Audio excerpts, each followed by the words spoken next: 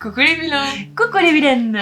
On espère que vous allez bien et aujourd'hui on se retrouve pour une nouvelle vidéo et un nouveau format que on vous avait présenté rapidement pour... comment dire? On vous avait demandé... Dans le bilan, dans la vidéo bilan de 2024, on avait proposé de faire des vidéos recommandations des abonnés et tag des abonnés. Donc on a fait déjà un tag, c'est très sympa à faire, vous aimez et nous aussi, donc on réitérera. Mais pour ce jour, ce sera donc une vidéo sur les recommandations que vous nous avez fait et je n'hésiterai pas d'ailleurs avec Vinciane à remettre des petites boîtes bientôt sur les réseaux, donc sur YouTube et sur Instagram pour pouvoir en faire d'autres si ça vous plaît. Et puis voilà, on va pouvoir commencer. Et donc c'est une vidéo faite par vous, hein. Nous on n'est que les messagères de vos mots et de vos recommandations livresques, donc on est très contente de le faire. Exactement, et donc pour cela, en fait, aujourd'hui, on va faire un peu comme notre schéma de point lecture. En fait, on va vous présenter 4 livres que nous avons sélectionnés parmi vos recommandations et que nous allons vous présenter dans cette vidéo. C'est parti!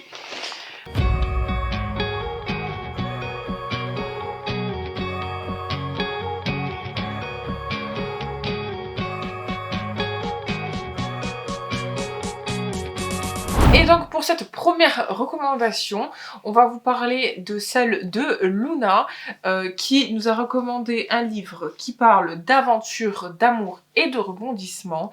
Et surtout d'histoire. Et c'est très important. Ah oui, surtout pour Luna, hein, on la connaît bien sur la chaîne, c'est une de nos abonnés très assidus. Hein, elle nous écrit souvent et elle nous décrit beaucoup ce qu'elle lit aussi, d'ailleurs on aime beaucoup la lire. Toutes les deux. Tout à fait. Et donc son dada, pour ceux qui ne la connaissent pas, c'est le 15e siècle.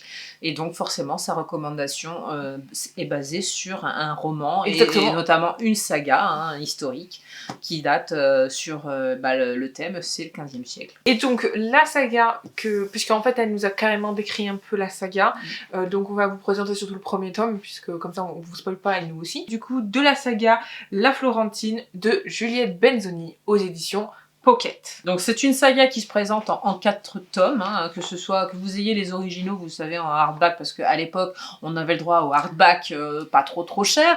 Donc si Luna est comme moi, elle en a sûrement dans sa bibliothèque. Moi je sais que pareil, la Florentine, je les vois d'ici, là ils sont en Pocket. Mais voilà, ils sont en 4 tomes. C'est donc une saga historique. Et Vinciane va vous dire ces petites phrases qui sont ses mots à elle, à Luna, et qui représentent donc cette saga et pourquoi elle nous a mentionné celle-ci. Alors, je cite Luna. Le tout à la fois dans la splendeur et la violence de la fin du Moyen-Âge français, mais aussi dans la magnificence du début de la Renaissance à Florence, c'est clairement une saga que je mets en avant et donc une recommandation pour tous ceux qui aiment les vrais bons romans historiques. Voilà, donc tout est dit, hein. Ça a repris ce qu'on vous a dit toutes les deux depuis le début. C'est vraiment de l'historique pour ceux qui aiment vraiment le genre. Ça peut plaire à tout le monde, en sachant que quand même Madame Benzoni était une autrice que j'affectionne aussi très particulièrement. C'était quelqu'un qui écrivait très très bien sur l'histoire et elle arrivait à nous romancer ça et à nous hyper. C'est vraiment la Ken Follett en féminin, quoi. Enfin, pour moi aujourd'hui, voilà, vu qu'elle n'est plus, je dirais que c'est un peu, Ken Follett a repris un peu le flambeau derrière. C'est vrai que tu l'aimes puisque beaucoup. Voilà, c'est des auteurs que j'aime beaucoup et qui vraiment arrivent à nous hyper et nous passionner justement avec ces histoires-là d'histoire. Donc pour vous hyper encore un petit peu plus, pour vous donner encore plus envie d'y aller, donc on se retrouve à Dijon, au cœur de la Bourgogne, sous le règne de Charles le Téméraire, et on se retrouve avec l'exécution d'un frère et d'une sœur qui sont soupçonnés et accusés même d'inceste. C'est un personnage qui arrive et qui donc va sauver Fiora, et Fiora est l'héroïne de cette saga qui est orpheline, donc du coup en fait il va la sauver, ils vont s'aimer et voilà, on va suivre toutes les péripéties de cette jeune femme de l'époque qu'on accuse peut-être à tort ou pas. Allez savoir. Qui sait? À vous C'est d'aller tout le découvrir. suspense de cette saga. Pour cette deuxième recommandation, nous plongeons tout droit dans un livre fantastique qui est paru chez Belfond et nous allons parler de La cité aux murs incertaines de Haruki Murakami, si je prononce bien. Et ce livre nous a été recommandé par Rose Biblé. Donc une de nos abonnées aussi. D'ailleurs, Exactement. elle a une chaîne à elle-même donc de ce livre dont on va vous parler aujourd'hui. Elle a dû en parler sur sa chaîne beaucoup plus profondément. Nous, c'est sa recommandation, donc encore une fois avec ces mots qu'on va vous délivrer. Exactement. Elle nous cite pour ce livre 3 mots qui sont monde parallèle, bibliothèque des rêves et licorne. À préciser quand même que ce roman du coup est un livre de la littérature japonaise pour ceux qui sont justement friands de tout ce qui est un peu, comment on peut dire, un petit peu tout ce qui est sur le continent asiatique. Donc si ce genre de lecture vous peut potentiellement vous plaire, je vais y arriver, j'ai bégayé, je suis désolée, mais vous avez compris. Donc là, on a affaire donc à du fantastique, rêve, réalité, et elle nous a soumis un petit extrait que je vais vous lire. Donc, le vrai moi et l'ombre sont en réalité deux faces d'une même existence, a déclaré Monsieur Koyazu d'un ton calme. Le moi et l'ombre peuvent échanger leur rôle selon les circonstances. C'est ainsi que les hommes sont aptes à surmonter des situations difficiles et à survivre. Puisque nous avons affaire donc à des jeunes gens qui ont entre 17 et 16 ans et dont c'est un amour platonique par rapport à la jeune fille. Donc ça a l'air très intense quand même ce genre de roman. Donc si vous aimez tout cet amalgame et cet environnement là japonisant et avec... Ça a l'air d'être très doux quand même malgré tout parce qu'en général les romans asiatiques comme ça sont très légers, sont très calmes, Très doux, c'est tout enrobé. C'est tout en alors douceur. je connais pas, moi j'essaye de vous retranscrire ça comme ça, mais c'est peut-être pas ça du tout. C'est ce dont en général c'est ce que je on ressens en a en tout dit. cas, voilà. On en a eu, on a pas mal de gens autour de nous qui en ont lu, donc on essaye de vous retranscrire aussi ce qu'on nous a dit, donc voilà. Voilà, donc si tout ça, ça vous intéresse d'aller le découvrir, n'hésitez pas, et puis dites-nous-le en commentaire, on sera contente de savoir si les recos de nos abonnés ont pu vous toucher, pour être tentés. Ou vous donc, donner envie, tout simplement. Voilà. Donc pour la prochaine, ce sera une recommandation de So. Donc son roman, c'est L'Assassin Royal de Robin Hobb. Pour elle, ce sera les éditions France Loisirs. Sachez que L'Assassin Royal, il a été édité en plusieurs éditions. Donc tout dépend de comment vous l'avez. La saga est longue, sachez-le, donc ça peut être plus de 10 tomes suivant les éditions. Donc voilà, c'est une information à savoir, quand on la commence et qu'on est hypé, elle est quand même relativement assez épaisse. Donc pour So, les mots qui caractérisent donc son premier tome de sa saga préférée, ce sera number 1, quête, number 2, loup, et number 3, monde riche. Voilà, puisqu'on est quand même sous une saga très développée, très fantastique. C'est une fantaisie, de ce que je sais, Robin Hobb écrit beaucoup de fantaisie, et ces fantaisies sont quand même assez denses, les mondes, comme elle dit, sont très riches, très variés, très complets, donc c'est vrai que, voilà, donc on s'y plonge vraiment dans l'histoire. C'est très immersif. Exactement, et celui-là, ça nous parle de Fitz, qui est l'un des fils du roi, et qui, pour prouver sa valeur, va devenir ce que tout le monde ne veut pas être en fait dans ce monde, c'est l'assassin royal.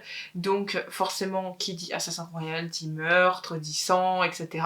Donc certainement qui doit faire des choses qu'il ne veut pas forcément faire, ou comment dire, plutôt accomplir des choses un peu...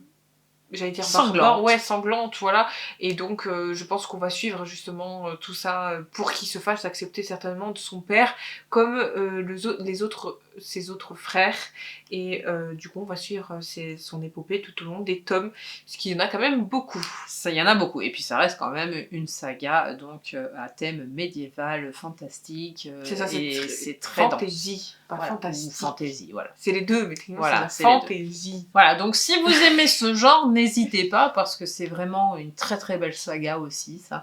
Un jour, faut que je me la lise. Oui, ça a l'air très intéressant, lisant le résumé, j'ai encore tout plus à envie fait de le la genre lire. que j'aimerais bien me dégommer. C'est vrai. Pour cette dernière recommandation, nous sommes toujours avec So, du coup, qui nous recommande Le Chant d'Achille de Madeleine Miller, si je prononce bien, aux éditions Pocket cette fois-ci. Et vous vous en doutez, quand on parle du Chant d'Achille, on parle de mythologie. C'est d'ailleurs le premier mot qu'elle nous propose, Voilà. avec ensuite celui de la plume de l'auteur, et enfin le dernier, avec des personnages attachants.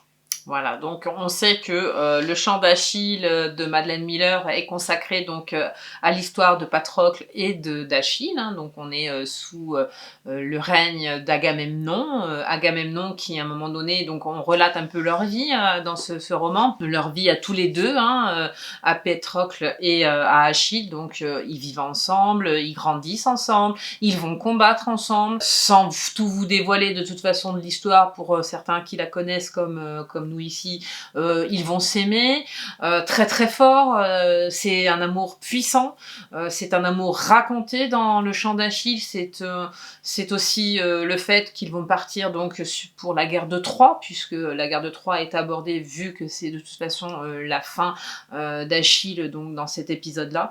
Donc voilà, c'est vraiment un roman historique, c'est un roman sur la littérature mythologique qu'on aime beaucoup. Et Exactement. moi, j'avoue que personnellement, je préfère qu'on me narre la guerre de Troie que Homère avec Ulysse, etc. Donc j'ai une petite préférence. Mais si vous connaissez déjà l'autrice et que vous nous suivez depuis un moment, vous savez déjà que nous avons lu un livre de sa part, qui est donc Circé, et qui est un peu justement dans le même thème et dans la même configuration que du coup le Chant d'Achille. Voilà, et il me semble qu'il y en a un dernier, mais je ne sais plus. Je crois que le dernier, c'était le titre. condensé des deux. Oui, mais je suis pas il y a certaine. un truc en plus, je crois. Mais de toute façon, c'est quand même une autrice très intéressante de ce point de vue-là, en tout cas d'un point de vue antiquité. Elle écrit très très bien et So a raison de nous le souligner. Et c'est vrai que dans cette vidéo, on vous a donné 4 exemples un petit peu différents.